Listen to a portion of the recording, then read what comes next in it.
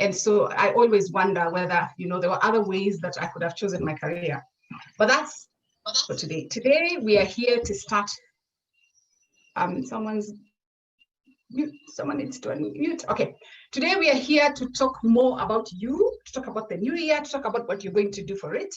And I think Cindy forgot to say this, but it's important to say that this is in preparation for the more long-term classes that Cindy will be holding. So this is just a teaser into what are some of her classes going to include, and she's welcomed me to come and talk about that with you. I am not here to tell you so much but I'm also here actually for us to have a conversation. It's too early in the year for me to start preaching and lecturing about what I think you should do or not. So we're actually going to have a discussion, we're going to have activities and see whether you have any questions. So for all the 4 aspects, so there are 4 aspects of this. The first one is talking a bit about writing a CV with close to zero experience. So we'll talk about that. We'll go through a CV that in my idea, we'll talk about what does that look like, what do you like, what do you not like, because let's make it as practical as possible. We'll talk about getting that first job. What do you need to consider? What separates you from everybody else? And then we'll go into how do you shine during your internship and make people want to hire you. I have been fortunate enough to be an intern several times, hire interns for myself, for organizations, hire interns for EABL, for GE, for Coca-Cola, for KPMG for the last, 3 years. So it's a space I know really, really well. And so I know from experience what makes you stay and what not. And then last, but definitely not the least, because I think this is something, was it Faith who talked about it? Someone else talked about it. It's just, yes, I will remember who. Talking about your value and creating a career of your dreams. Is there a career of your dreams? I don't know. It's the same way we ask whether there's a Prince Charming out there. So we will talk about that and see whether there's such a thing and what that looks like. Cool. Are there any questions, any comments before we start with the first one? And then feel free to always just, I can multitask, so you can always chat me as we go along. I like when we are all chatting and talking instead of just me speaking and then you asking questions later. So feel free to ask questions as you go along that. Alrighty, okay. Oh, yes, I hope you have a pen and a paper. Please, it's important because I'd like us to write as we go along. I'd like you to reflect on some things. I'd like you to note something down. Yes, so please have a pen and a paper ready. If not, write on your phone, your laptop. Pen and paper is just because I like writing, and also age, as you can, age is speaking out loud.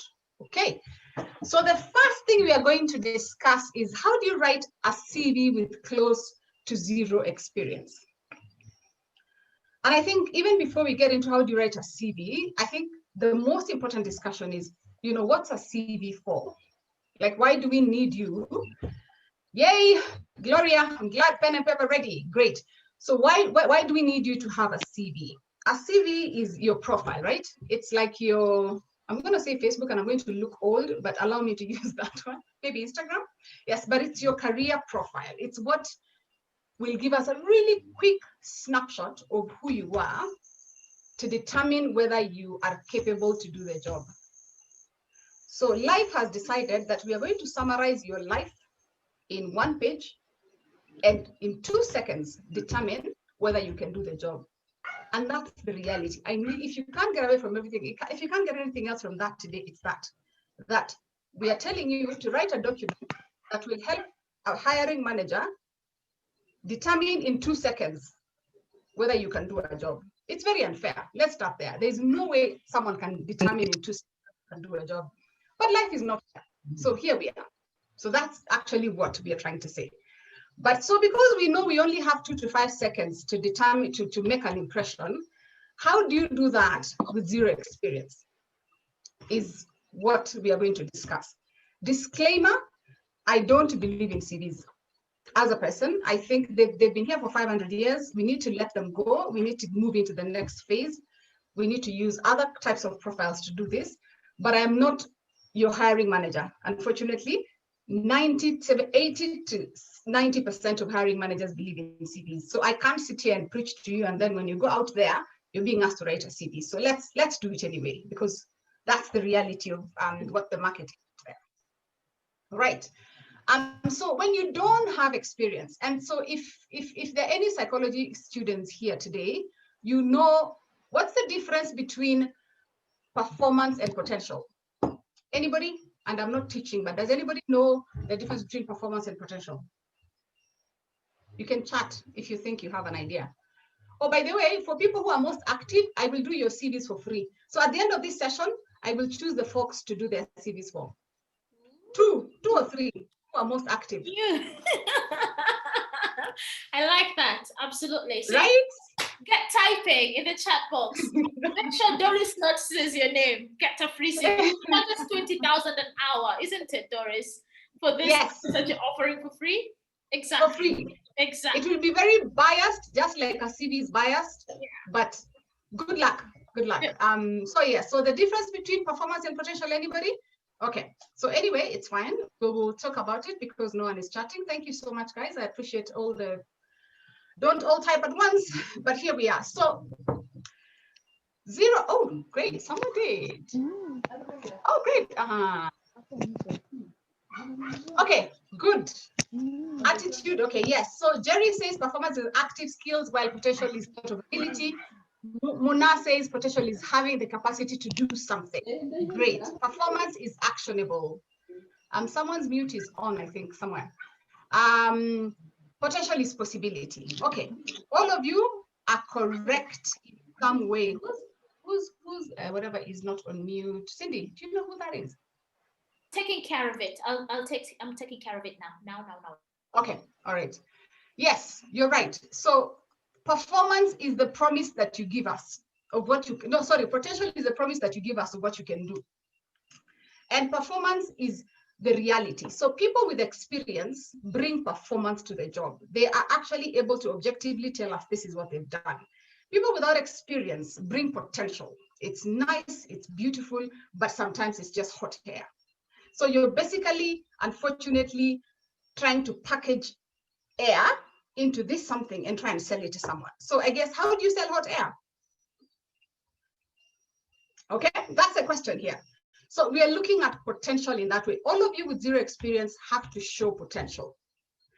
The world is unfortunate in that people still ask you for work experience. So how do you package and add a bit of things into that to make it actually look like you have some performance, but in reality, you actually just have the potential.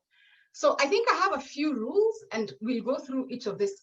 First of all, my biggest rule with a CV is very simple rule of thumb. As a recruiter and as a hiring manager, if you have 0 to 3 years of experience, even 4, please, 1 page is okay. I will pause. 1 page like this is enough. Imagine there's nothing else to write. Just write 1 page. Try, remove all those things, remove everything else, make it sweet, short and sweet and to the point. Remember, I have 3 seconds to look at it. If I have to go to the next page, your 3 seconds are up. So just make sure you have it in 1 page. It's enough. Do not be deceived that you need 3-4 pages and then you space it out to make it look better. No, just write a really, really sweet, short and sweet 1-pager. And then experience from 4 to even 10 years of experience, 2 pages max. In fact, most people, you don't write a CV unless you're working in the education space or the medical industry, who are more verbose and like even government sometimes. So make it 1 page. Again, as you start, remember it's about potential. So even as you're writing the first, so I'm going through, first of all, just the structure of that, okay? So the format has to be very clean and simple. And by clean and simple, I mean, imagine if you can use just 1 font, and we'll go through, I will show an example. If you can use 1 font, better. If you can use 1 font with different types of headings, okay. The artistic abilities that you want to put in there is fine. If, however, you work in places like digital marketing, knock yourself out. Knock yourself out as much as you want, because what you're actually selling for digital marketing is your ability to be graphical, your ability to be creative and artistic. If you're working in finance, creativity is the last skill we need to see from you in a CV. Just stick it, like it, put it as simple as possible. So So make it clean and make it simple as much as possible. We'll talk about the fonts in a bit. So think about that. And then when you're writing your summary, my goodness, sometimes I look at intern CVs and I just start smiling because you can just see all of them are from Google. You know how they start. I want to exercise my potential for the skills that I learned in this and this and this. It's just like copy, paste, remove 1, 2, 3, put it together. Okay. We all know that's what you're doing. Like, it's not hard for us to know that you have just gone to Google and actually picked something off that does not even count for anything. So if you do have to write a summary, and it is extremely important, okay? We will do an exercise just after this where we will help you think about, what do I want to be known for? Okay, what is my elevator pitch? Where do I want to go? Which is a whole other discussion that I know is not part of this, and one that I know Cindy would like us to discuss, but that ability for you to write a very succinct summary about your career aspirations is very important. Remember, it's not, I have a degree. So what I see a lot of folks doing for your summary is, even when you're asking for a job, you say, hi, Doris, my name is James. I have a degree in procurement or HR. Please find me a job. You and 5,000 other people have a degree in HR. Why should I find you a job? You get, there's nothing you have told me when you tell me you have a degree in HR. There's literally nothing you have told me, because 5,000 other people can tell me exactly that. So how do you separate yourself is how do you, instead of saying I have a degree in HR, you go a bit detailed and says, so I have a degree in HR, but not only that, I am really, really interested in working with organizations who are maybe scaling up. So say, what industry do you like to work in? Startups? Do you like corporates? Do you like government? Do you like NGO? Do you like to work in training in HR? Do you like to work in performance? In finance, do you like to work in audit? Do you want to work in payables? Do you get my point? So don't just leave it so open that you're saying, let me throw spaghetti on the wall and see which one sticks. No. Help your employer by really, really refining exactly what you're looking for in your CV. It makes it so much easier for me to quickly look at it and say, okay, I know exactly who might be looking for this person. And unfortunately, this goes against everything you have been told around. Just fish, boil the ocean, and let's see which one stays. No, I'm asking you to refine that and focus more and decide, where do I really, really want to focus? Or which 3 CVs do I want to do? So that each time I'm sending to a different person, they can see something different. So that is really, really important when you talk about your summary. When you talk about and we talked about potential again, and this is really important. When you think about potential, the things that are in some of the CVs that show potential is the school you go to. Please, if you went to Keblonik like me, don't include it. It's not going to get you anywhere. If you went to Stereo Alliance, please, by all means. So include things that are going to make you shine, that are going to look at someone and say, oh, this is good. If you got some scores and marks that are not making sense, it's not showing potential. So what is it around your background and history that is going to show that this person, that there's potential for you to do better?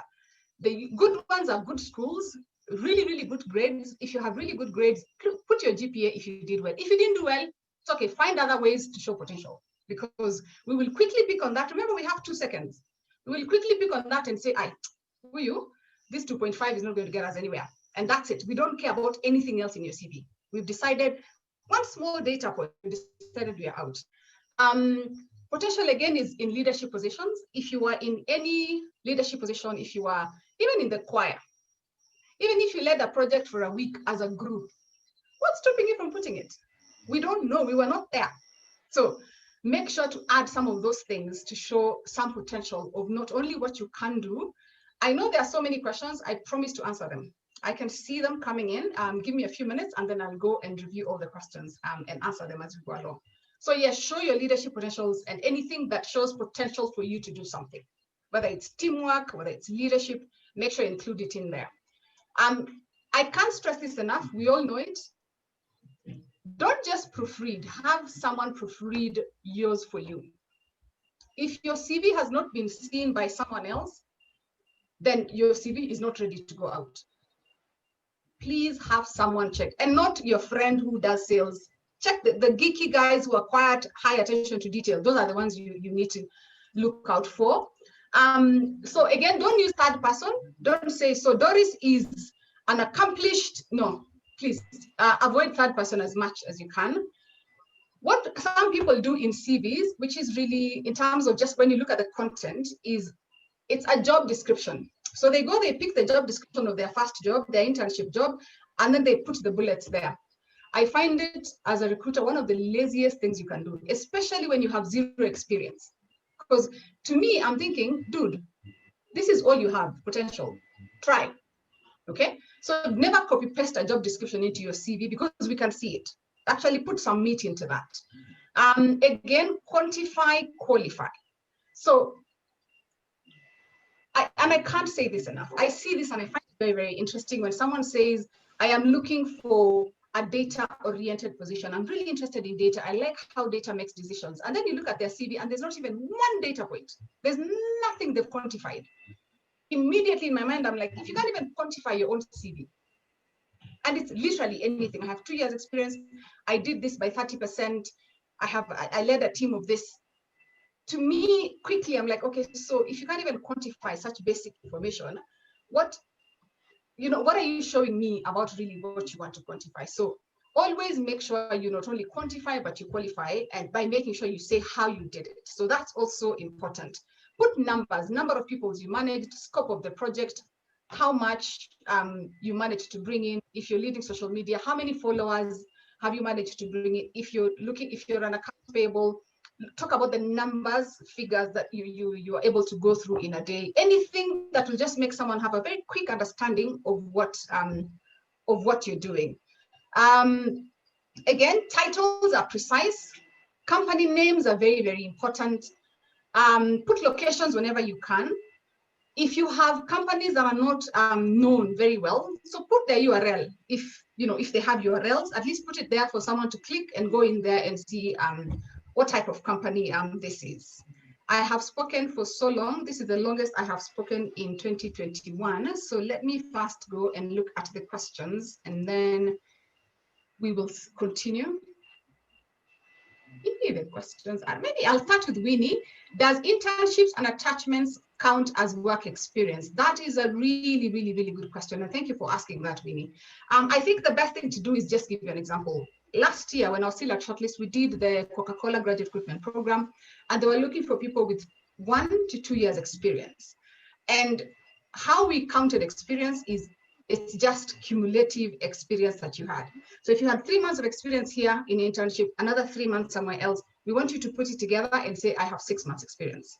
Okay, so internships and work experience do count as form of experience. Don't leave them out. Actually, that's your only entryway into work experience. So please don't leave them out and count them together. So if you have 9 months, you say I have 9 months of work experience. And then later you can be able to differentiate that as you wish. How will you make the CV short and sweet? Woohoo, Ruth. By being honest with yourself, by knowing, first of all, changing your mindset around who says you need a long CV, because it's an identity thing. You feel like a short CV will not give you an exact idea of who you are. So first of all, changing your identity, but then also just looking at it and cutting out all the bullshit. We'll go through one CV just now after I answer these questions and you'll see what I mean. A lot of the things you put there are not necessary. A lot of the things you put there are not necessary. So we'll try and cut as much of that as possible. And then someone else asked, do hiring managers or HR really have an in-depth idea of what the job they're hiring for is about? Do hiring managers or HR have an in-depth idea? Sometimes not.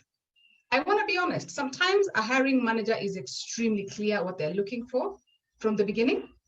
Sometimes they're checking out what's in the market, and sometimes they change their mind along the way based on the candidates they find. All right.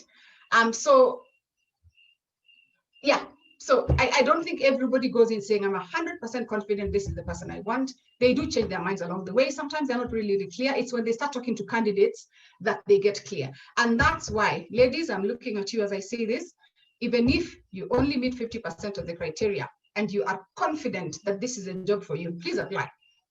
Because not everybody's idea of what they're looking for is cast in stone. So you might still get that job anyway. All right. An example of a summary, we will have one. Winnie, I see the resistance to a one-page CV. Woo, woo, woo. Okay, so you say generating a one-page CV is also not as easy feat. You are supposed to describe your responsibilities, and it's challenging to summarize it into one page. So what do you focus on to develop a one-page CV?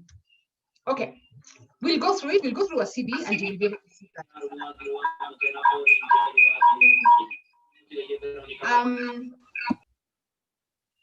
Someone is going to buy us lunch. Okay, they've muted. So, Winnie, you can. I have worked for 14 years and I have a 2-page CV. And the second page of the CV is really just my extracurriculars. You can make your CV into one page, trust me. The thing is, we don't know how to summarize it in a way that actually just speaks to exactly what a hiring manager is looking for. We feel like we have to list all our responsibilities. And yet, if you look at the JD, you only look at what is the most important thing that is wanted out of that CV. So yes, you can. Okay, Amanda, I hear you. Yes, Kipto, Juliet, I think I've answered that. Attachment is regarded work experience.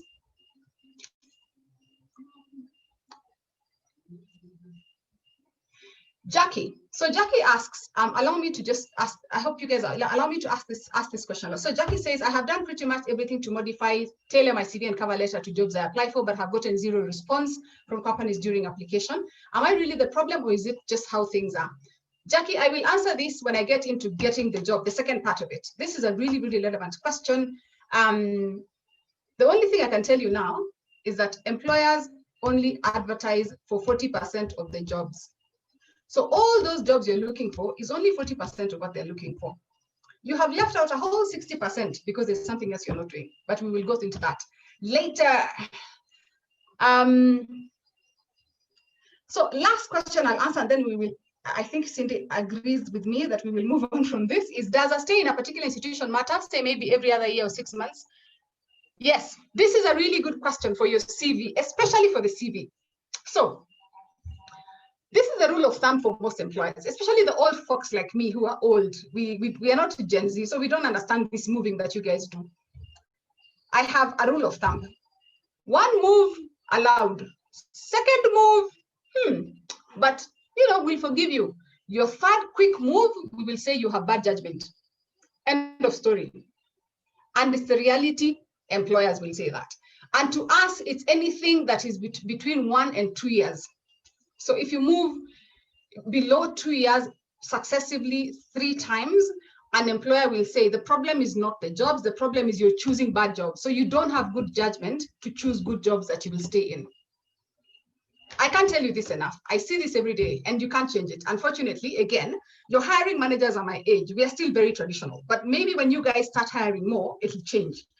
But if it's still us hiring, we have really, really strong opinions held very, very strongly about moving. So I would ask that either what I usually tell people to do is explain it in a way that makes sense. So even in your CV, because again, you don't have a lot of time, so you can explain. I saw a really good CV where he just every time he would put a sentence and say, I left because I needed to do this. Because sometimes as a recruiter, because you're leaving very quickly and I don't have time to call you to ask you, why did you leave this one and why did you leave this one in 6 months? I just move your CV along. Remember, 2 seconds.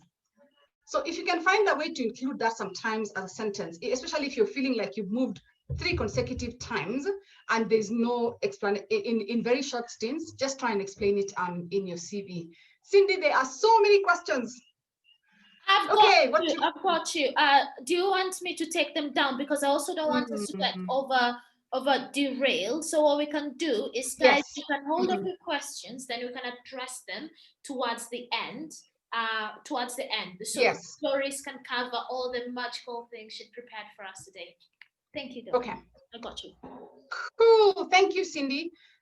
So before I go in to get that first job, I am going to share my screen and look at a CV that I put here.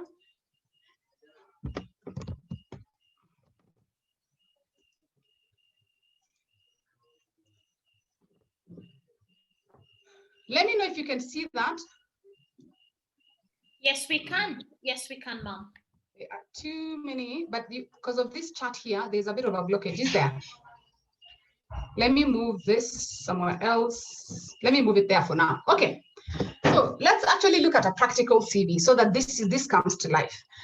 This for me is this. So first of all, like anything you can imagine, CVs are very objective. There is no one perfect way to do a CV. So what I want you to get from this is not the format. Did you say something, Cindy? No. Okay. No. Okay. So what I want you to get from this is not even the format, the structure, it's just how it flows and why I like this CV. I think that's the most important thing. And then from there, you can join Cindy's class where she actually takes, where the trainers are taking you through very, very detailed ways of doing this, so that you're able to really see this come to life. So first of all, the first thing for me is the email address, nswift@email.com. I know this is just repeating, but it's a professional email address. Second is the LinkedIn. You can see their LinkedIn. They've added their LinkedIn there. For some people who work in digital marketing and other aspects, you also put in all your other social media URLs. Please feel free to do that. Do you realize there's no marriage, date of birth, Christianity? Have you guys seen that? Yes. None of that story. Sorry, I'm just going to have to say, like, thank you for mentioning the marriage thing, because as someone who recruits, there's nothing that breaks my heart more than telling me your PO box and your marriage status and Christianity. No offense, but guys, not that off. Yeah, and then I even saw one that said married to one wife. Really? Don't, please, Aki, just leave it out. Let's keep it professional as much as possible. So yes, so there's nothing else. It's really clean and simple. So every time you will see me, you will see why your CV is going to be shorter and shorter and shorter. So really keep it simple. The number 3 is, guys, if you don't get anything else from this, look at the next thing after the introduction. So they didn't waste time saying summary of profile. There's no time to see summary of profile. You need 1 page. Immediately they went into entry-level financial analyst. They are looking for a financial analyst position. So instead of wasting time talking about other things, they went straight and put that there. And then recent graduate of a top-tier university with experience developing and analyzing cost models. You can see that whole summary there. And then quickly talked about the understanding areas that they are very, very good in. Okay, so they very quickly told you they're recent graduate, but they also told you what experience they have in what type of job they're looking for. And then they've put in some of the skills that they want there. All right. And then they go into their education. Because this guy scored well, as you can see, he's put his GPA there and the university that he went into and what degree he's done. Again, short, simple, precise, and to the point. And then what you can see that I find interesting, if you look at number 7, I hope you can all see it, is how he has spaced them. So he started with his introduction and then who he is about, and then relevant work experience in very, very short bullets. So he's worked his first internship was in management consulting firm in Houston, May to August 2015. I'll say that in a minute, Cindy, yes. So May to August 2015. And then they explained the company they were working. So, so they said this is a leading global business consulting audit firm specializing in risk advisory and transaction services. And then they were a process intern. And that's about it. They explained very quickly what they're responsible for in a sentence, not in those 2 bullets, in a sentence, and they were done. And then they put there their achievements. Every job you do, I'm sure there was an achievement. And if there's no achievement, okay, even me, I don't want to hire you. So find an achievement and put there. Can you see how short that is? So, okay, let me address this right now because it's becoming controversial on the chat. Guys, yes, no high school, no secondary. It's not necessary.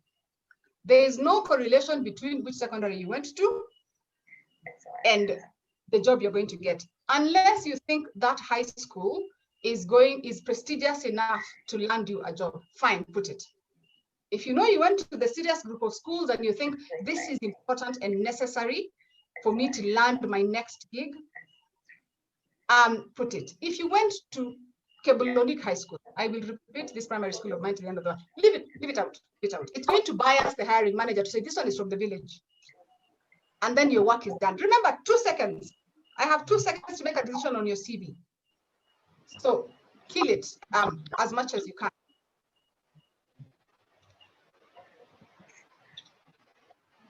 Okay.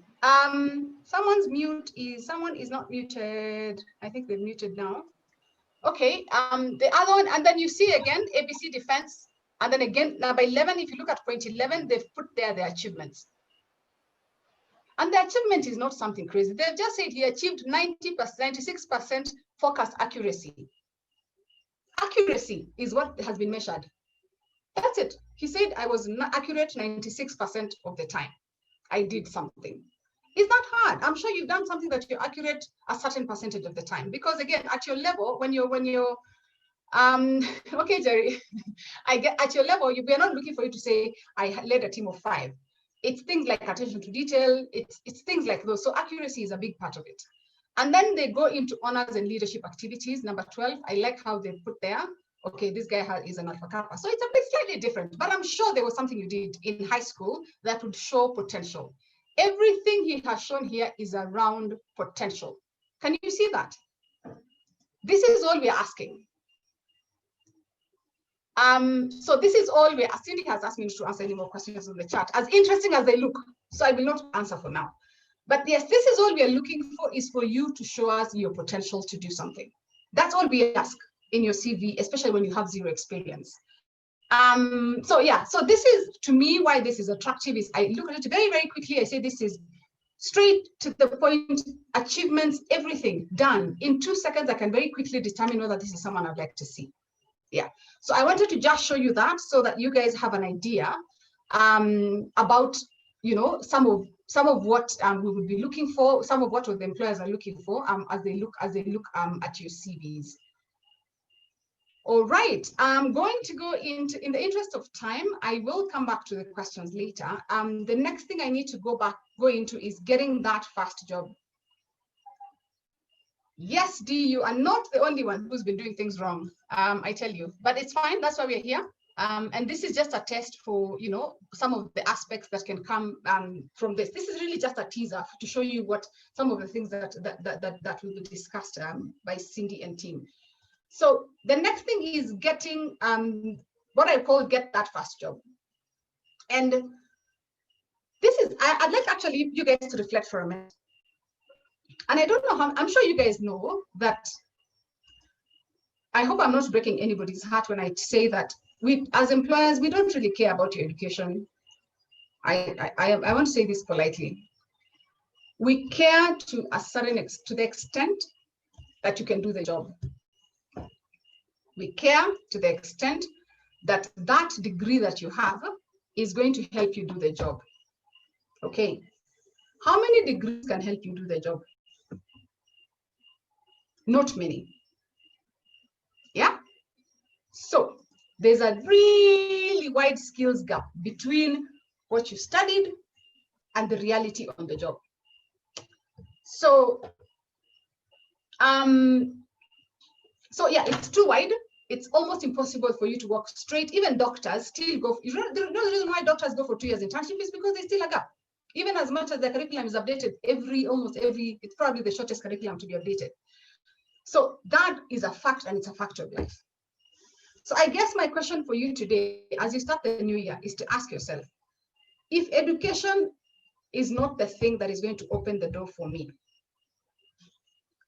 what do I have that will open the door for me for my first job or my second job?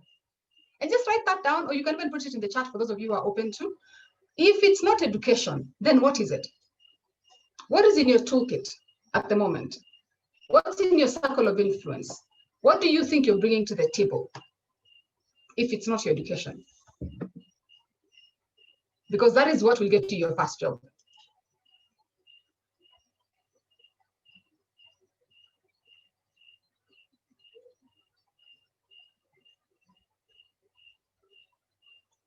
yes, Claudians. Yes, skills learned along the previous job. Absolutely. You can't say that enough. Yes, skills. The biggest difference between education, which is acquisition of knowledge, and the job, which is usage of skills, is that it's like Jobo is about skills. It's not acquisition of skills, but actually using the skills you've acquired. College is about acquisition of knowledge to build character, and school. So that is where the difference comes. So no one in school teaches you, no one in education teaches you the skills to do a job because they're not required to. It's not their job to do that. It's somewhere along the way, it's your job to find your way into the skills market. And so the next big thing I want to ask you right now is, what skills do you think you have today? Just write 5 down. What skills do you think today can land you your dream job? Right? You don't even have to write to me. If you can't write down the chat, great. If you not, just write it in your pad. Think of skills. I don't even want to tell you what a skill is. Think for yourself, what is it that can make me do a job if I'm employed?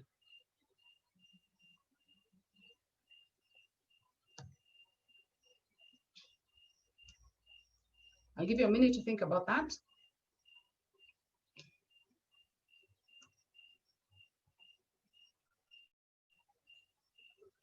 Okay. Okay, my minute was short, but hey, life is short also. So those are the skills that, so think about those skills, put them on the side. And then let me see if this is someone. Okay, so leadership skills, meeting deadlines. Okay, great. So those are some of the skills you can think about. So think about it, because really that's the first thing you're selling. There is one skill that will get you the job. I hardly see job posting that require the skills I have. Ooh, Gracie, I beg to differ with you. If I sit with you for 2 minutes, I will come up with 5 skills that you have that any employer is looking for. Because remember, we're just one species. We all have the same skills. Some have more, some have it heightened than others, but we all have them. So trust me, you have them. I don't want you to be hard on yourself. I know you have those skills. I'm saying this specifically because I know you're a lady and we tend to really, really put ourselves down. Dig deep within yourself. You can even join Cindy's classes. You have those skills. Someone just needs to get them out of you and help you articulate them. And that's what is going to be my next point. Okay. So getting that first job will require 2 things. One, which is what I'm talking about your skills, is how to package yourself.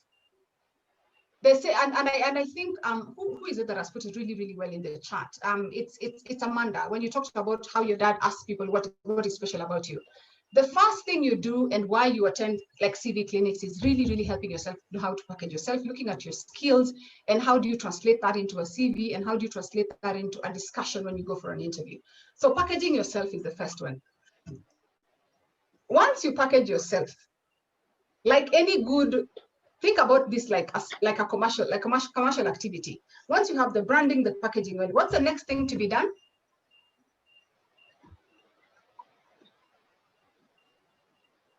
Once you have branded an item, it looks nice, pretty clean and sweet. What's the next thing to do with a product? Yes, market. And that, ladies and gentlemen, is the 60% of where the jobs are. And I want to explain this to you nicely. So I have been on both ends of this. So as an employer, let me tell you what, as an employer, the psychology of an employer, I think this is the simplest way to help you understand. When someone resigns or a position becomes vacant, the first thing I think about is, how do I quickly fill this position? But that's all we think about. How do I quickly fill this position? First thing, I look within the company, if I want that set of skills. Second, I look within my social circles. I look, okay, who can do this job? Let me find someone who can do this job. When that fails, I advertise. When that fails, is when I go to the recruiter. I go to Shortlist, I go to Fuzu, I go to Brighter Monday to find me someone. Okay? Most of you sit behind your desks and wait for me to get to advertising.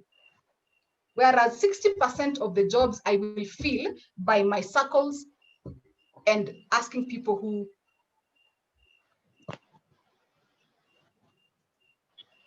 Hello? Can you guys see my screen or not? Stop sharing. Sorry. Oh, you stopped sharing it, but we could be able to see your screen. So, yeah. Okay. Sorry, you were not supposed to be seeing my screen. Oh, okay. Now we know.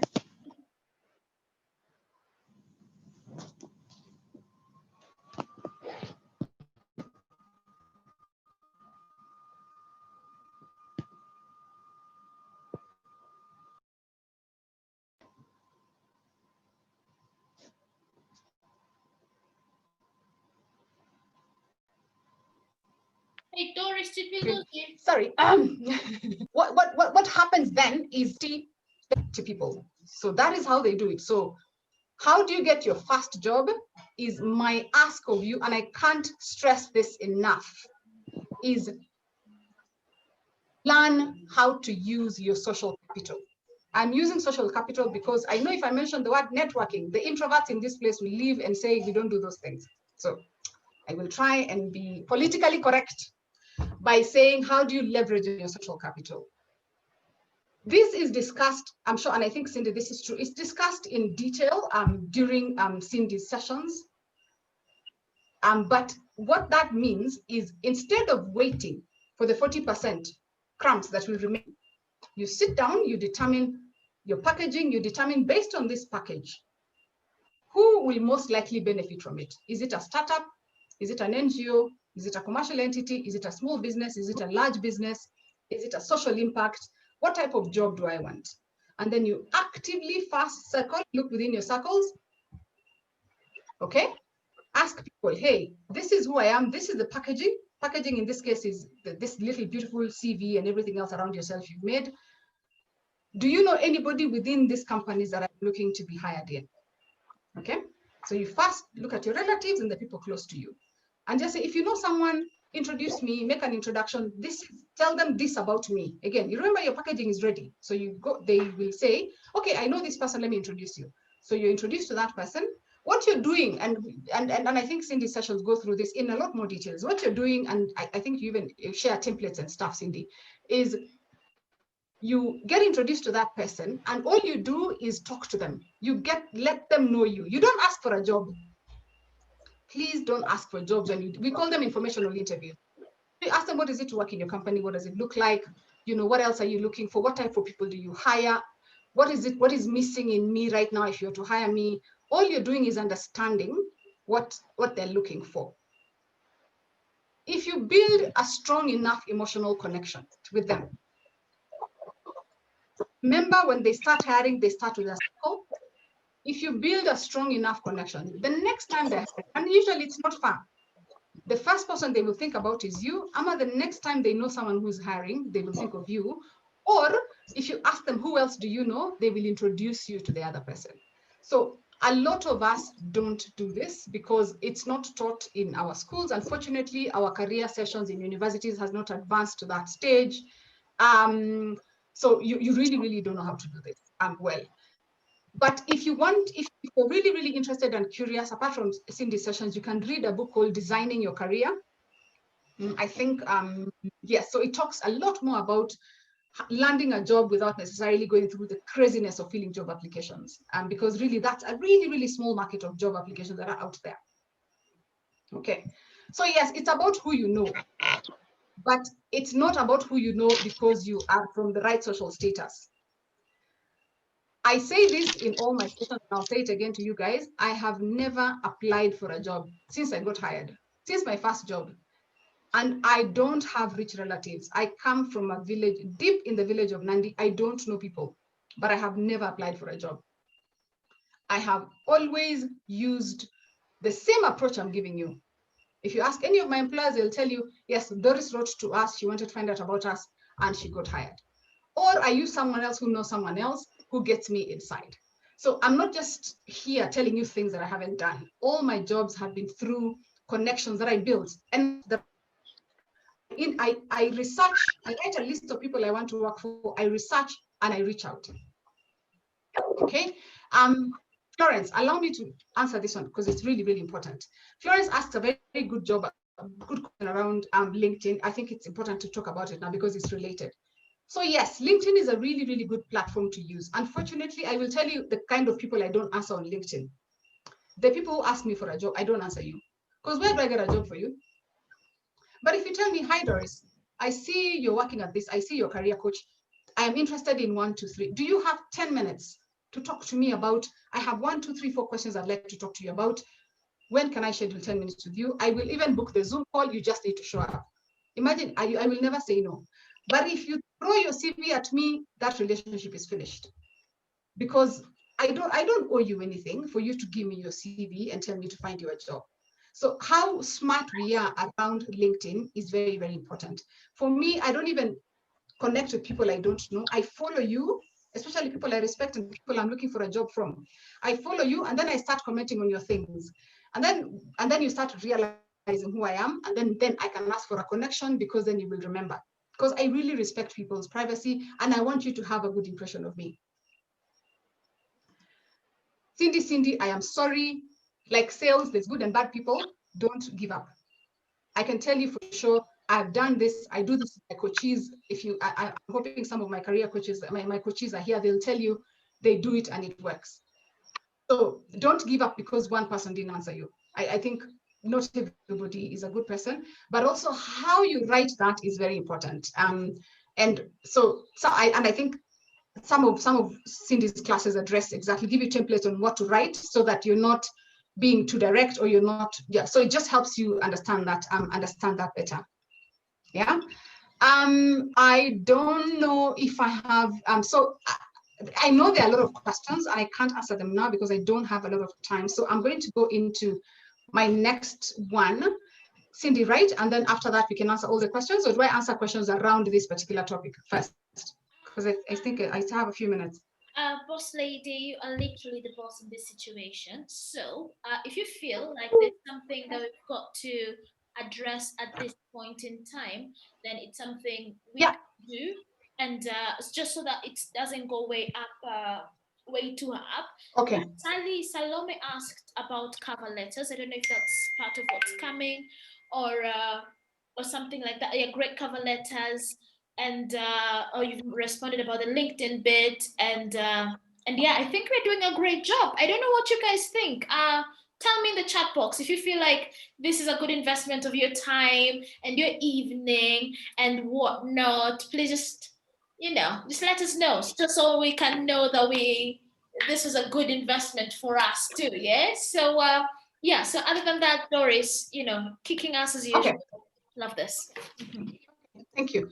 I will be the boss lady, as you have said. I think, Salome, so cover letters.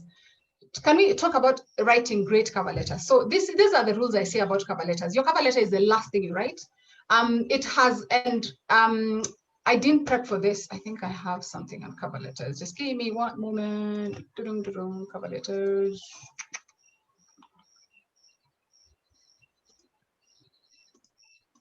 Okay, I can't find it now, but I usually have a very simple structure for cover letter. First of all, fact number one, I don't like cover letters. Employers love cover letters. They love them. Please write them. First of all, let's just agree. Write them, 1-pager, 3 sentences. I think it's reference to whatever you're looking for, the meat about you, and then call to action. Yeah, and I'm happy to share with Cindy later. I think it's part of Cindy. I think it's part of your classes, but I'm not sure. So yes, write cover letters, but you only write cover letters once you finish your CV. And it is directly related to the job application. And by directly, I mean this is in reference to this job advertised on this day for this position, and then why you're interested in the job. And link it to a lot on the job description. What I've realized is that we don't spend enough time understanding the job description for us to write cover letters. And if you're struggling completely and you don't know how to know what an employer is looking for, in terms of what are those keywords, what are they looking for, what should I stress in my cover letter? Cindy knows this. There's a website called Zeti. Okay. So what you do with Zeti, I have put it on the chat. you do with Zeti, you dump the job description there. I'm helping you cheat in a way, but it's legal. You dump the job description there. It tells you all the keywords that job is looking for.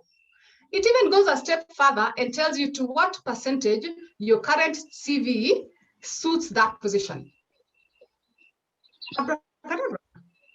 So you're done.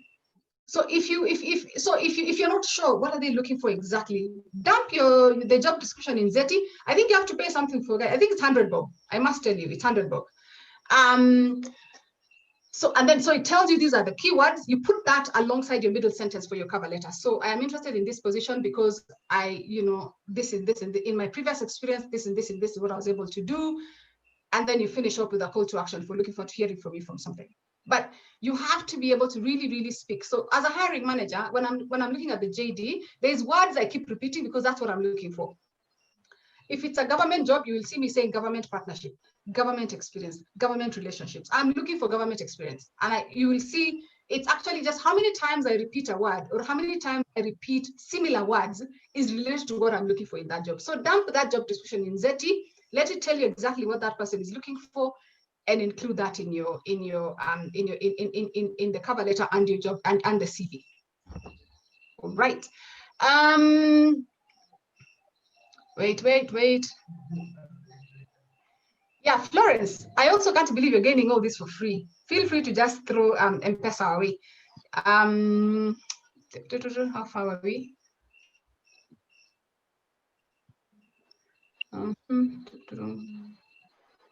Claudette, yes, you can dust off your CV. It's a hot mess. This is an eye opener. Wait, I think I have gone down.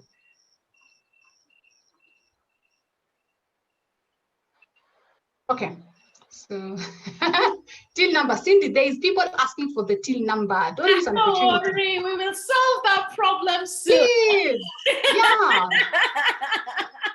Yeah. Wait, let me see. I'm just seeing whether I've missed any question. Thank you, guys. Thank you, Winnie.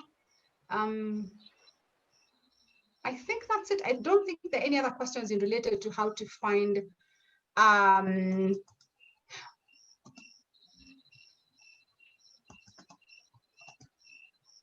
okay, so this is really how to find your first job. Guys, please be smart. Don't wait for a job to come to you. Find it. And you don't need to know as many people as you think you do. I have given you my own personal experience, and imagine that was then. Now imagine now with all this internet and access to information and communication. Yeah, so Gracie, I will answer these last two questions. Florence, yes. Florence is asking, does this mean every application needs a different unique CV? It's not a different unique CV. 80% of your CV is always going to be the same. Unless you are some split personality, it's the 20% nuances that you're looking at, okay? So let's say, I'll give a very, and I keep going back to digital marketing or sales. Maybe I don't know, it's a space that excites me. If you're in digital marketing, you can do a CV on content marketing, on growth hacking, on what else? I don't know, paid advertisement.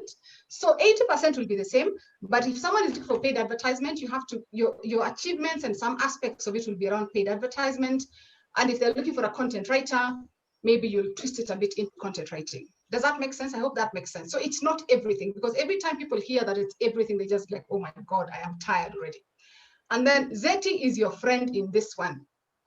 Go to Zeti, they will help you figure out what do you need to change, it even suggests words. Guys, your life has become so easy. I wish I was in your space at the moment.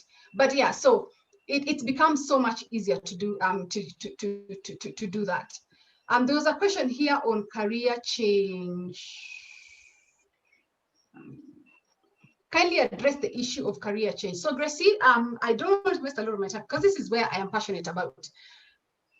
I think, is that the next question? Is that the next topic, so that I don't do this? Give me a minute. I think it might be the next topic, career change.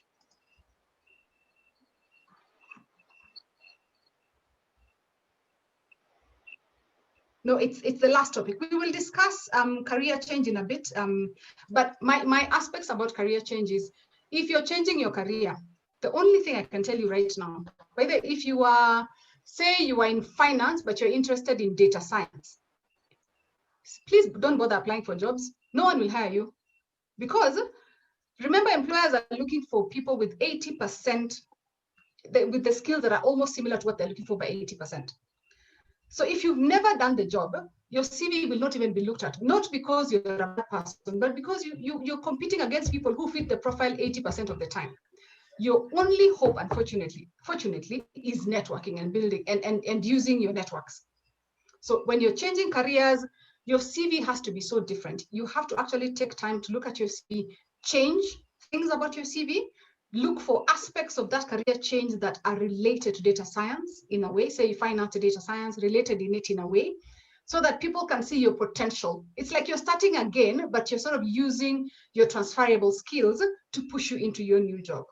So that's what I can say about career change. But career change is a whole other, it's a whole other monkey. It's one that I am really passionate about. Actually, the best part of coaching for me is career change, but it's definitely something that you have to be very, very thoughtful about. Final question.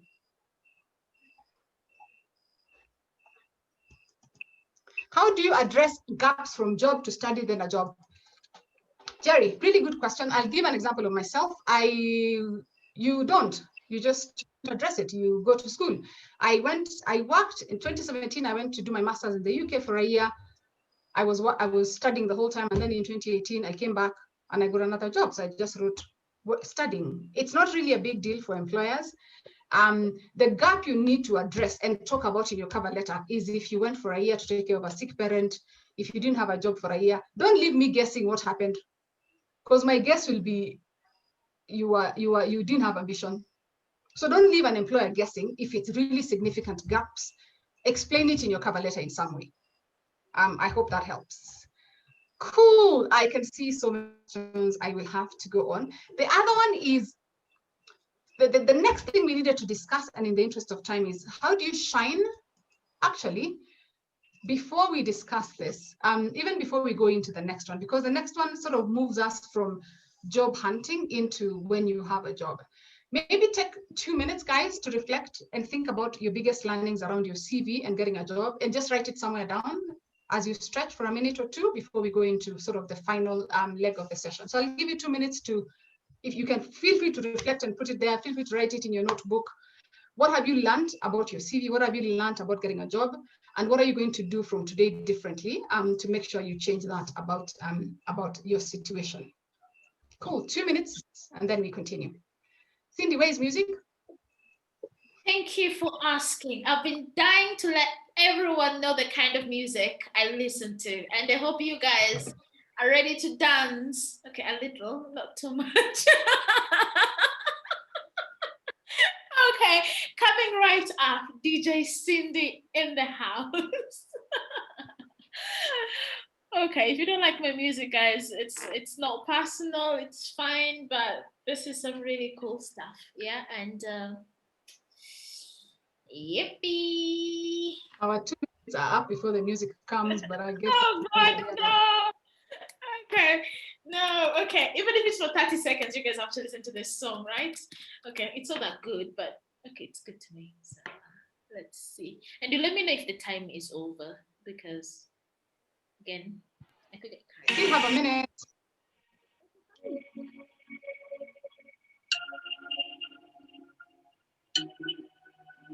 That's on the beat.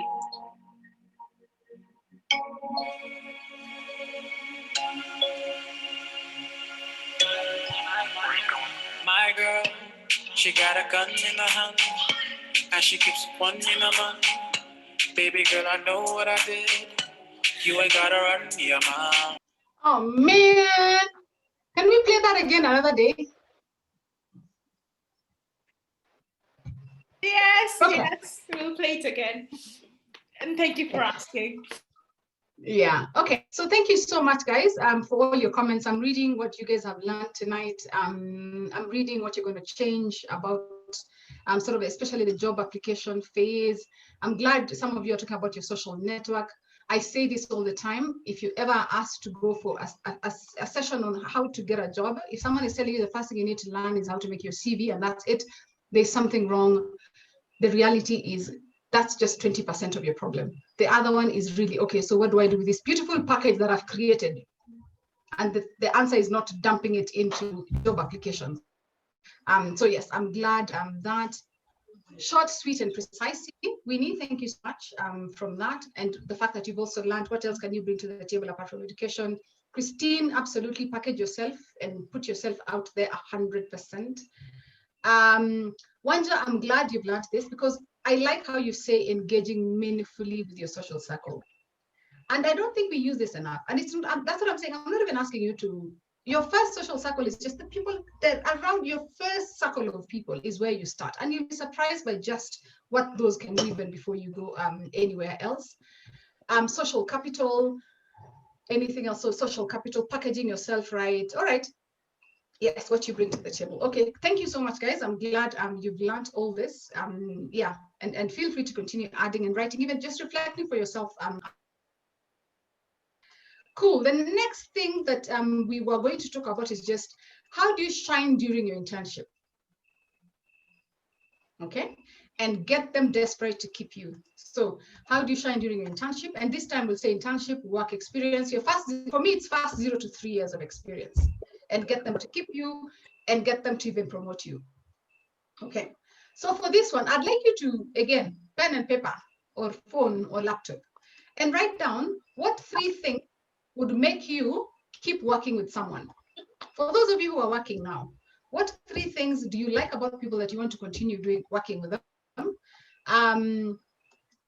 If you are asked to promote someone, again, within the same question, what are those things that you would be saying? I promoted this guy because, what are those 3 things you would be saying you promoted them because of what? What will they have done? What will they have said that you remember and makes it important for you to promote them?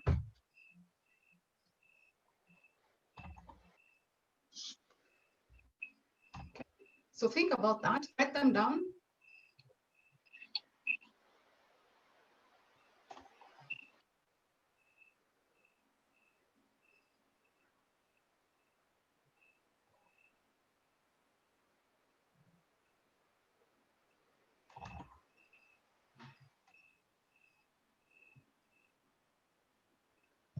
Okay, how many of you have watched or are watching Suits?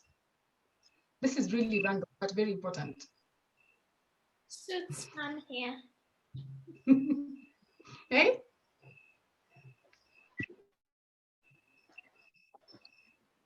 Gracie, if this question, how do you shine during your internship? If you watch Suits, it will be answered. Like, I can't even, like, that's it. That's all you need to do. But we will go through it anyway, because again, I can't tell you to watch the whole series. Yes, Wahoo, I have watched, Wahoo, let me tell you, every time I have a work problem, I go to watch Suits because I will find an answer in the ambition, in the shrewdness, okay, not in the illegal stuff, but there's something about it that just tells me, gets me back quickly and says, okay, I can do this. So yeah. So absolutely agree with you. So the things you've written down about what will make you shine during your internship, I can almost guarantee you one of them is around someone who gives you feedback, someone who reports to you and tells you what is going on, what's not going on, okay? And someone who comes to you, you don't have to follow up with them. How many of you wrote any of that? Just right there, me. Any of you guys who wrote either, gives you immediate constant feedback, comes back to you with information, ask questions, and you always know they have your back.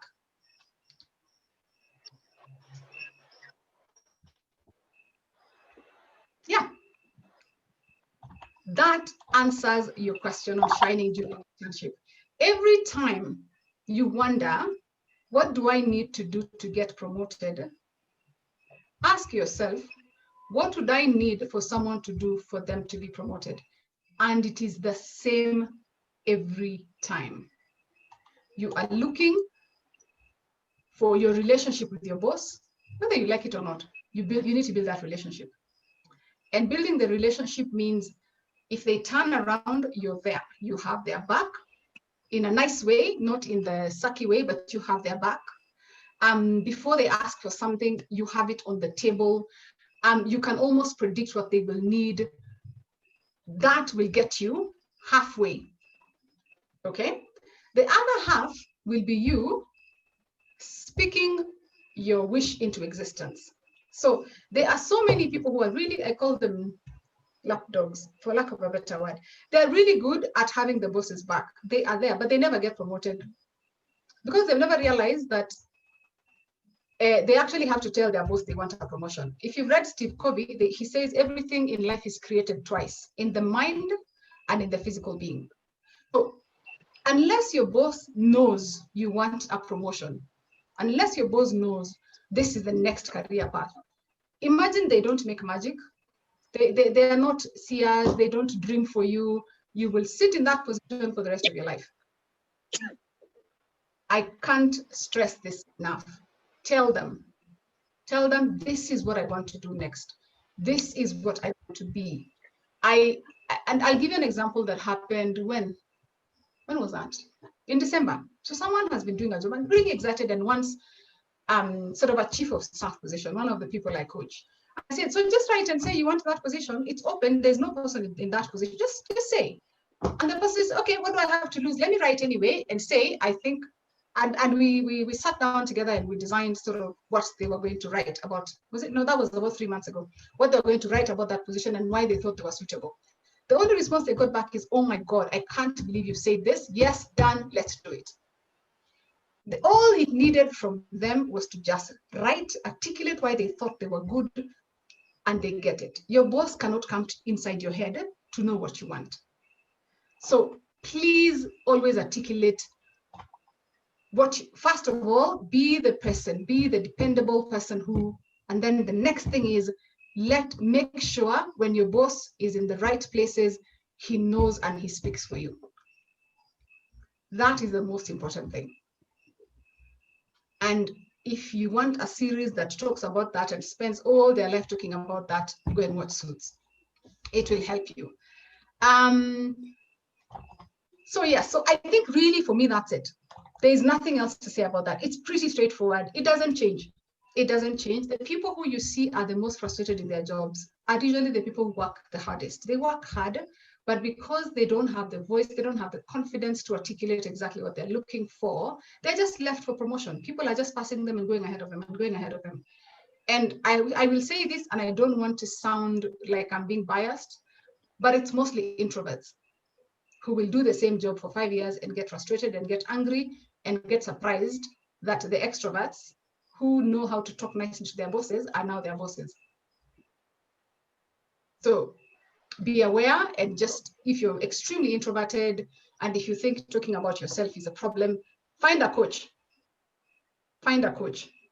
Winnie, even the hardest bosses can be cracked. Trust me. Find a coach, help you articulate what you need to do for your next career. Okay, I'm talking this from experience, but I'm also talking about this from as a coach. So I know it is possible. Yeah. The last thing we were going to discuss, and then we go into questions, as many questions as you guys have, and then one exercise is, how do you develop your, first of all, are there any questions? Yay, Cindy. Woohoo. Have you guys seen Cindy's comment? Sometimes all you need to do is ask. I'm glad that happened. Gloria, what if you have not so friendly boss? There's nothing like a not so friendly boss. There's just a boss you haven't built a relationship with.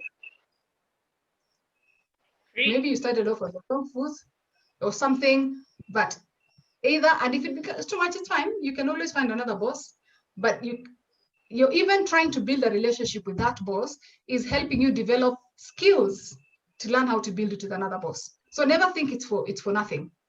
Try and build it, because it will help you with your next boss. I keep telling people, even if you ask for a salary raise and you don't get it, you have learned the skills to ask for a salary raise. So the next time you'll even do it better. So again, it's like atomic habits, just small habits that help you and build you into something even bigger. Oh, Winnie, I'm sorry about that, but yeah, hope it works. All right. So there are no further questions for that. I will go into the last one. And this was around developing your value and create the career of your dreams. Ooh. before I go, Salome, I have to answer this question. And Salome, I can almost bet you're introverted. Almost. Are you?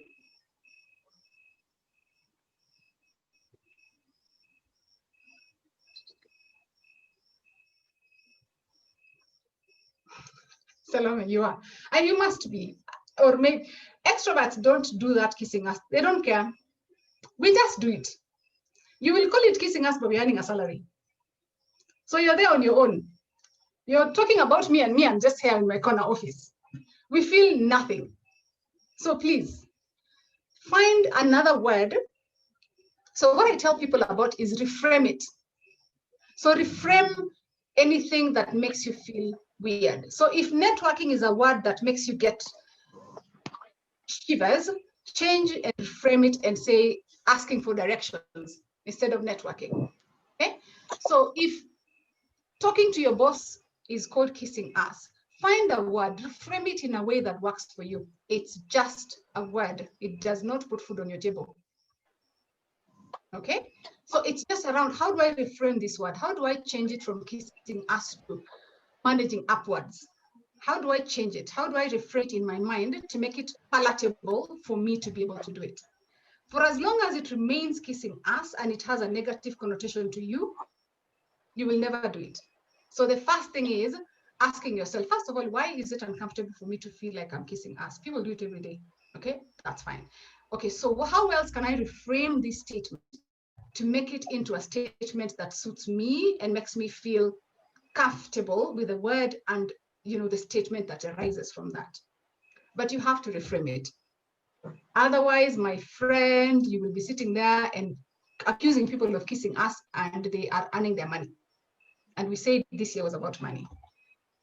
Yes. Exactly. Yeah. Exactly. So some bosses, they actually do say, Kumbe, this person has a voice. So speak up. Don't find a way to reframe it, find a way to change it.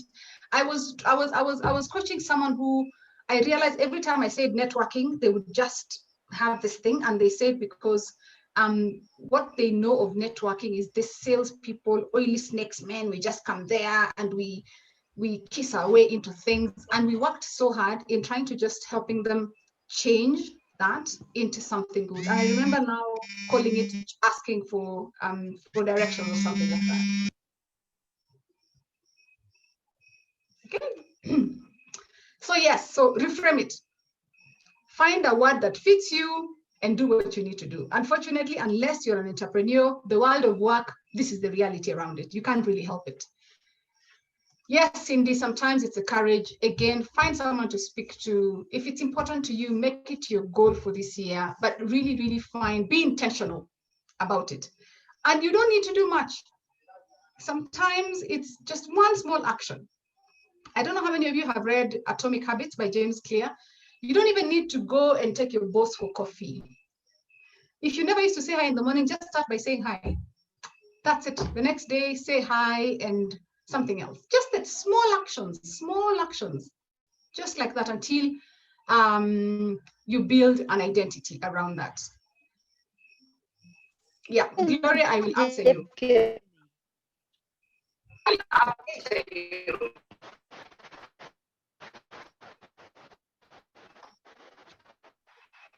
Sorry.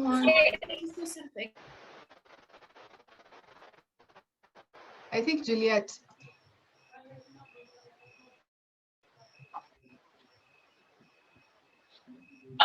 Sorry. Okay. Juliet, if you could mute yourself. Okay, thank you. So yeah, so that's it. Yes, Jackie, final question.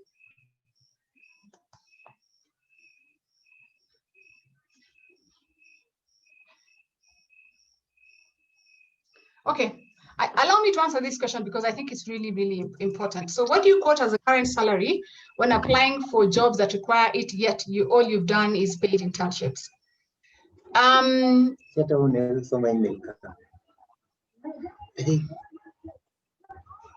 It's Walter? So what do you quote as your current salary?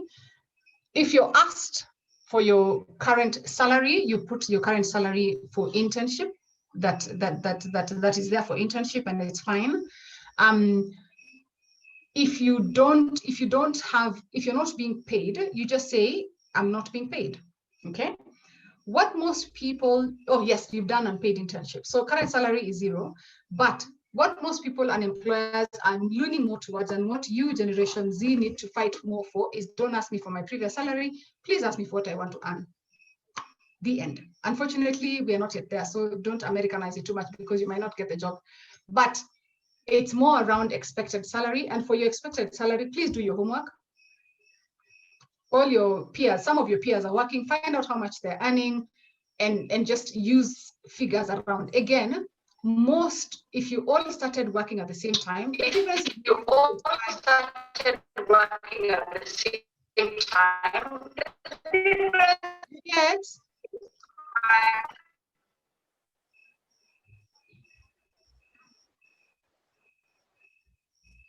Okay, thank you. Cindy, could you put Juliet on mute? Yes, she keeps on muting every time. Okay, not a problem, no problem. We're good. All right. So yeah, so try and see what you can add. Ask around. Do your work on salary, because if you quote a low salary, it's just going to be your salary, no one else's. On transitioning from unpaid internships to formal employment, when do you qualify to work formally after graduation? I don't know if there's a rule or anything. I mean, if you can work before graduation, why not? So I don't think there's a necessarily rule for you to. All I know is that about 60% to 75% of people who have graduated for the first 2 years are unemployed. And we all know it, the government knows it, everybody knows it. We don't do anything about it, and I'm sorry to you guys, but it's a really large percentage. Most people get their first jobs after 2 years of internships and attachments, and then now is when you land sort of your formal employment. But that's just because we are in a really, really bad bad system where graduates are not being absorbed as much because of the economy and other factors, and also employers who think you guys are too expensive if you're not trained. The last question, most of us lie about our previous salary. Claudette, the problem with lying about your previous salary is, one, if they ask you for a pay slip. And because we are not in the market where you have rights, if they ask you for your previous pay slip, you kind of have to remove it. And I can tell you now, every day we see people losing jobs because of that. Don't lie, because people will ask you for it. And if you hesitate, that's enough. Salary is one of those where we very quickly determine you don't have ethics, which is really weird, but let's not even go there. Try and be as honest as possible with your salary. I would rather you say you push and justify why you want a 50% increase, even if you are earning less, than try and lie so that you can bump up your salary. Yeah. So Florence, final question before I go into my final. Oh, all the final. Is there any relevance in having referees quoted in the CV? Referees and CV, if you're applying for government and you who have asked you to put your referees there, please put your referees there. If no one has asked you to put your referees, you can put your referees. Please don't put their phone numbers and Gmail and email addresses. Do you know what people do with those things? We go and we use them for marketing purposes. Okay, not me, but I know people do that. And some of your referees are really influential people. They're very, very high profile. Why would you want, I don't know, William Ruto's phone number with random people you don't know? So put the name of the person and the title and say other details available on request. Sometimes if you have really strong referees, it's important to put there. Okay, if it's your pastor, maybe avoid. But if you know that it's your former employer or your former boss in your current, or even the CEO of the company you are in, and you know to give your CV, it's part of the packaging and part of that shows your potential, then put it in there. But avoid putting too much information about them, because I just feel like it's confidential information. For me, it's just data privacy more than anything else. I don't think there's a rule. There's a rule there. If no one has asked you for referees, please don't put them. If they're not going to help you in any way. Especially, and sometimes, by the way, if you put your referees, then we can see that in the last 2 employment, you have avoided your referees. We are biased against you. We are like, hey, you have 2 jobs, but you've not put anyone from those jobs. There's a problem. And we've moved on. 2 seconds, we've biased you out of that process. It's a really, really bad broken system, but that's a system we have, and that's a system we sort of have to work with. So what to do? The last thing I wanted us to talk about is how do you develop your career, create the career of your dreams. Again, my question for you, what is your dream career? You don't have to answer me. Do you have a dream career? What does it look like? Is it, when do you want it to come to fruition? Is it in the next 3 years? Is it in the next 10 years? Is it in the next 5 years? You know, when do you want that dream to happen? Okay, so that's sort of something that I want you to think about. Obviously, in Cindy's classes, actually, this is sort of even, I think, the first one of the really initial sessions to think about. So I have good news and bad news on this. I'll start with the bad news because it's the new year and there's too many good news. There are no dream careers for 75% of the people. Just like there are no Duke of Hastings for 75% of us. Actually, that one goes to 90%. There's no such thing as a dream career for a lot of us. And it's okay. We all don't need dream careers. This thing where we got that we all have to have this perfectly crafted, articulated dream career that just stays the same from the time I finish university to the time I retire is outdated, because the research shows, yes, Jackie, we will side chat about that. Research talks clearly about, you guys will have 15 different careers by the time you finish. 15 different careers. So are they all 15 different dreams, careers? Absolutely not. I always say there's almost a dream journey to your fulfillment, if I don't know how to put that, more than necessarily a dream career. Yes, other people will have it, but yes, very rare breed that, you know, and it's fine not for all of us not to get that rare breed, and it's okay. But so if you ever feel you're freaking out because you don't have this dream career and everybody seems to have it, I don't have a dream career. My career, if you ever go to LinkedIn and look at my career, it changes every 5 years, literally. Every 5 years, I'm a different person.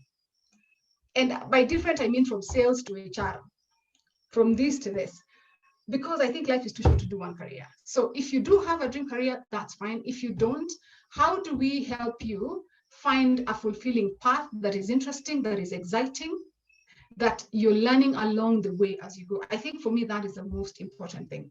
And to be okay to just enjoy the journey towards your own fulfillment that is different from one person to the other. Yeah, I think to me, that's even more important. I believe that one thing that is really important about that is just, especially if you're that person, the 75%, 80% of us, is having really short-term goals, 3 to 5 years only. Just that's it. So don't make it complicated. What are my 3 to 5 year? Let's say even with COVID, let's make it 3 years. So don't make it 5 years. What do I want to?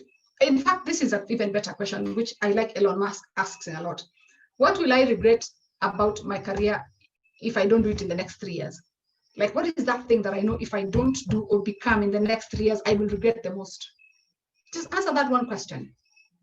If it's a certain company you want to work for, if certain money you want to earn, all that. So that's just really the only question you want to answer.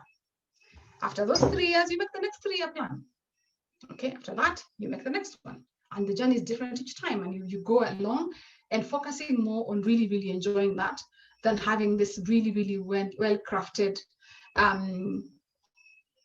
dream career. If you do have a dream career though, which I think you're probably the lucky ones in terms of just the quote-unquote dream, that is still fine. You probably have to still check in within yourself every one time. Yours are probably longer dreams where you have to build them over, duration of maybe 5 to 10 years, but it's still something that you still have to ask yourself, what is it that I will regret about my career if in 10 years I will not have achieved it? Yeah. I have really spoken a lot. I don't have anything else to add to that. Are there any questions here first before I go into sort of the final activity? Any questions? You can unmute yourself. We just take a quick break.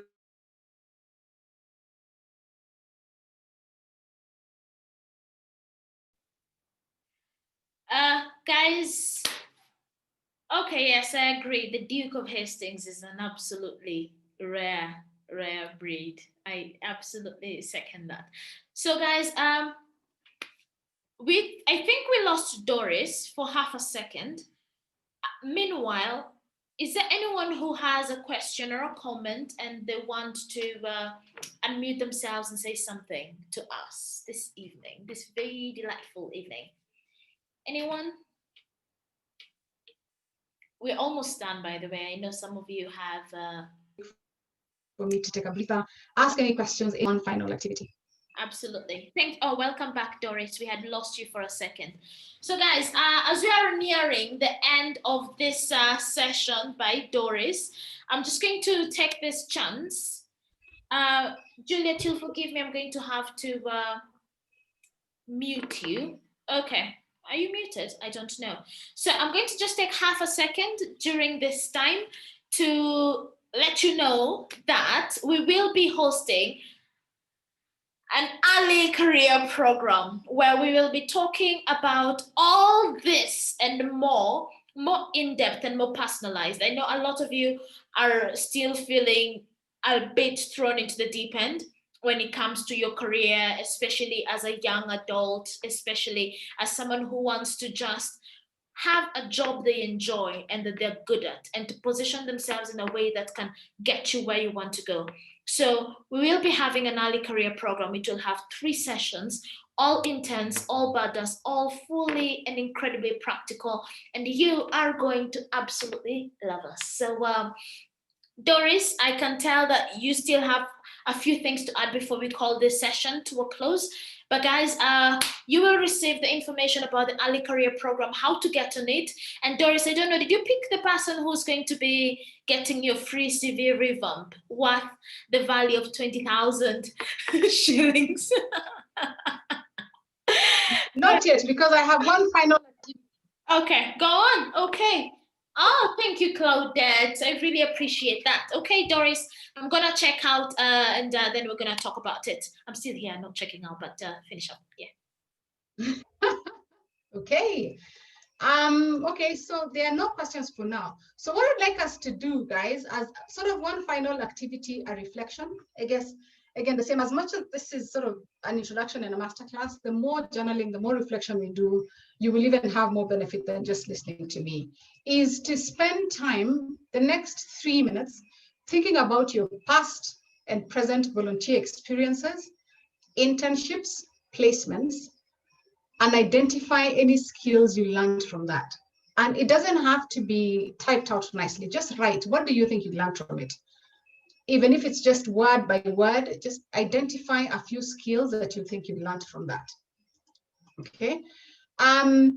Examples can be anything from painting a wall to learning fundraising letters, to planning events, to, I don't know, something you learned during COVID, okay? To maybe you are hosting a neighborhood something. Any skills that you think will show someone your potential. Just note them down, everything. Just write everything down to sort of help us start seeing what are those skills that you have. Because I think where I see a lot of discrepancies, especially if you're a fresh graduate, is in the fact that we instead, in our CVs and in our discussions with employers, we forget that what employers are looking for is very quickly your ability to do a job, not your ability to read or study or acquire knowledge. So how do I quickly get you into the aspects of not talking about your knowledge acquisition, but your ability to do something? So that's why I want you to start thinking and everything about the skills you're learning, and also just to make you aware that sometimes the skills you learn are not even, you think are not related to what you're going to do. But remember, a lot of these skills are transferable. Yeah. There is probably 5 basic skills that an entry level, any entry level will be required to do. For me, the highest is usually attention to detail. That is transferable across. Whether you are in finance, you're in marketing, attention to detail will always be there. The other one is something like self-management. Self-management is absolutely important. So how do you manage yourself, your time, the time of people around you? How do you manage your just yourself? Okay, that is transferable across. So that again cuts across a lot of aspects. Another one is maybe written communication. Another example. So maybe you have spent time, unless, okay, please, I don't know whether admin of our WhatsApp is part of the skills, but let me know whether there's some skills that you can get from being an admin of our WhatsApp. Actually, I'm curious. Do you guys think there are skills there? Maybe we need to be adding them to CVs. Jerry, do you think there are skills? Conflict resolution. Maybe there are skills in WhatsApp group admins. So whatever skills you think you're accumulating in different forms and ways, please think about it, reflect, write them down, so that as you're starting to write your CV, as you're starting to speak to employers, instead of talking about the subjects you did, you change it into, these are the things I've been doing. These are the skills I've acquired because of the different activities that I'm doing every day in different aspects of my job. Yeah. Okay. All right. So I think that to me was just to help you reflect, so that at least after this, you start thinking more critically about skills. Let me look at what guys are putting here.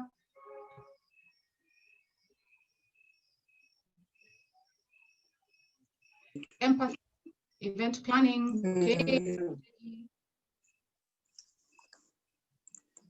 Time management, attention to detail.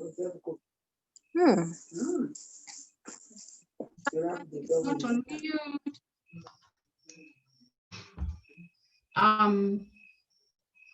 Patience. So patience, we call it stress tolerance or something like that. There's some words we use that it just means the same thing, really. Building and scaling partnerships. I like that. Patience, teamwork, delegation. So if Claudette, just FYI, be careful with delegation, because in fact, we want to delegate all our work to you. So if you're saying you know how to delegate, we are thinking higher. So if you come in and we are looking for you to delegate our work, who are you going to delegate to? But only if you're entry level. I don't know about your work experience, so I can't really determine that. Conflict resolution, detail orientation, commitment, intention, improving writing skills, tolerance. Tolerance for what? So there's a lot of tolerance. There's stress tolerance, there's tolerance to ambiguity, there's a lot of types. So which one are you talking about? So Sandra has a question here as we go along. So what happens if some jobs are asking for specific academic grades like second upper? So let me tell you why employers ask for a specific thing. It's because we're just trying to cut down the numbers. We receive 15,000 applications and we need 15 people. The easiest way to cut down numbers is your grade. If you don't have it, don't waste your time. Trust me, they won't look at it, because that is what they have decided is one of the, criteria that will go. So that's it. Emotional intelligence, teamwork, proactive adaptability, research report writing. All right. I think, unless there are any other questions, Cindy, I think I can't believe I have finished on time. Ooh, I'm feeling so good. This is really good time management, or not so good. I'm not sure anymore. No. I really don't have. This is exceptional time management. So Jerry says, Doris and Cindy, I guess there are two Cindy's here. So I guess it's this Cindy. Jerry, I can see your face, yeah. So you should have brought this when I was starting out. I really suffered earlier on now. Okay, this is the kind of feedback we want. If you're self-taught in a certain technical skill, do you have to say it's self-taught in your CV? Doris, did you answer that question? The self-taught skills? Not yet. Naomi, that's a really, really good question. is it going to improve your chances to get the job? I will always ask you that. Does it show potential? If it's going to improve your chances of getting the job, yes. If it doesn't in any way improve those chances, then it doesn't really help you. Remember, it's around packaging and anything that improves your packaging. So if you think being self-taught on something is going to improve it, yes. If you are probably in the techie space, no one cares. It's the more traditional environments that people will ask you, where did you get that degree or something? But it really just, whether it's going to improve it or not is what is going to determine the answer to that. But that's a good question, Naomi. Thank you so much for answering that. So guys, we are coming to the end of this session, guys. So bring all those drum rolls now. I want to especially thank Doris. You know you're an absolute lifesaver, 100%. And one last question, we will take Winnie. Winnie asked a question and they don't want to go. And Doris, meanwhile, also, as I finish this, I want you to choose who's going to be taking, you know, your free 20,000 shilling career CV revamp session. So. Okay, cool. All right. What was the question? How do you quantify your salary if your current position is in the informal sector? So, in the informal sector, my assumption here, Winnie, and correct me if I'm wrong, you don't have a constant salary every day. It depends on when you're working and when you're not working. It's very simple. If you worked every day, what would you do? Earn? Simple as that. Because the formal employment would be paying you for maybe 5 days a week, and the other one pays you for maybe half a day. So it's just really that. So using that same number to quantify, if I work 5 days instead of 1, it's just 1 times 5, something like that. Yeah. Okay. Yay, Winnie, thank you. What are the 2 entry-level transferable skills? So Jackie, let me see. Initiative. I can't say this enough. Initiative 2. I'll give you 2. Initiative. So don't sit at your desk. Find out what needs to be done. What else can I do? I have finished this work. Is there anything else to be done? That statement gives me chills every time I hear an intern telling me that, because I'm like, okay, great. Okay, so next thing. So what else needs to be done? Can I help with this? I noticed this. So that initiative is important. One that we're very uncomfortable sometimes that is really important is asking for feedback.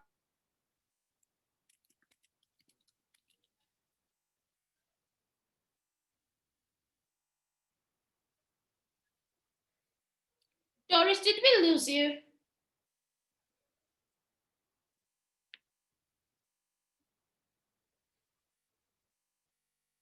Guys, I think we lost Doris. If you guys can hear her, and being very structured will tell you good.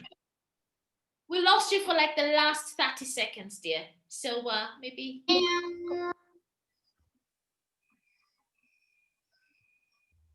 Sorry. It's okay. We can hear you. So that's good. Okay, you can hear me now. Okay. Come up. Sorry? Aptitude test has also come up. So I don't know if it's something you already addressed. Yes. All right. Okay. So initiative and feedback, being very structured, asking someone, what did I do that you thought was interesting? What did I do that you thought was different? So being specific to help someone actually flesh out the feedback and not just tell you it was okay.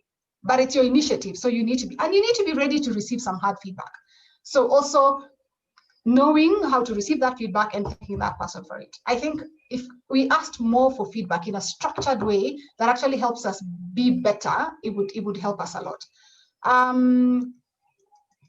Aptitude tests or something, and then finally the referee question. Okay, there's another one from Benson. Between the relevant job experience and no experience, which one should be considered? So you're asking, would you rather be underemployed or not employed? Experience is experience. Transferable skills are transferable skills. Be underemployed any day than not employed. That is an experience. Any experience you can get is considered an experience because you're building the skills muscle. Remember, Benson, you're moving away from building the knowledge muscle into the skills muscle. The skills muscle you build with any job.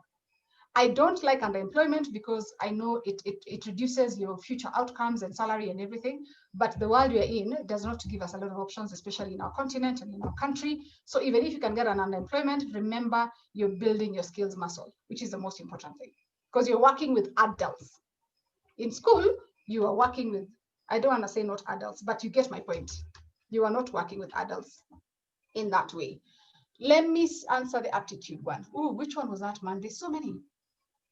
There's an aptitude one, and then the referee one. Then we'll close it. We'll call it a day, because I know people have a life and they want to go to bed, you know, and you look like you're dressed for a date. So, you know. Gee, thanks. Thank you. Christine, there's no correlation between your outcome of a success of a job and what you got. Second, upper, lower, everything. No correlation. Go get that job. Go talk to your boss. You will even earn more money than the guys who got first class. In fact, the guys who got first class, there's a whole problem there that we'll discuss one day. So go do your thing. Can you talk about aptitude test and when performance in the test affect the hiring process? So Florence, final question, one of my favorite questions. Aptitude. So again, there is research done, consistent. It's done. It's known across the world. Your cognitive ability, your IQ determines 50% of your performance for the job. It is the only determinant that can actually tell an employer 50% of the time if you can do a job. So for those employers who can afford good aptitude tests, they do it. It is unfortunately a bit biased sometimes. There's a whole story of it, and it's biased towards race and everything. But it's actually, if you're if you're introverted, those are the things for you, because it's not really about out there. It's about you sitting down in a computer and answering questions that will determine whether you're sharp or not. Okay? It affects the hiring process because it is actually one of the strongest predictors of performance, and the really good employers use it. Now, there are the cheap ones from the internet that if you get the cheap one, don't waste your time. It will not predict your job performance. It's a waste of your time. Yeah. Winnie, sorry. Okay, Winnie. In fact, Winnie, I am sorry. You're my person for the CV review. As I apologize for that. Oh, Madam First Class. Madam First Class, yes. She sounds like she really does need it. When COVID is over, you guys want a conference. I'm sure who you want is Doris. I've not said anything apart from put good music and add a bit of energy in this room. Don't worry, she'll be the chief guest. Absolutely, and always. And thank you for all the good vibes, Jerry. Absolutely appreciate you, Jerry, and everyone else. My dear Doris, do you have any parting shots? But before you say your parting shot, no. Oh yes, I can be a good DJ because I have good taste.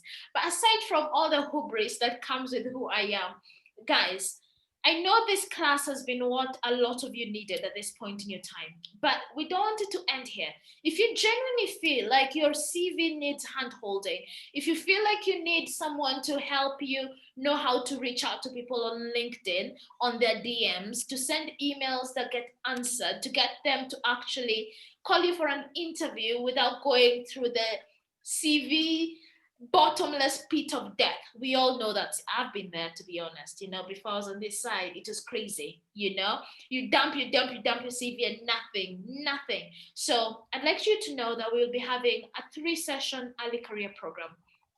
For you guys in this room, especially, we'll be working on your CV. We will be doing practical application to some of the jobs you've identified, and we'll be hand-holding you through the whole process of ensuring that at the very least you get out of the internship loop or get your first internship.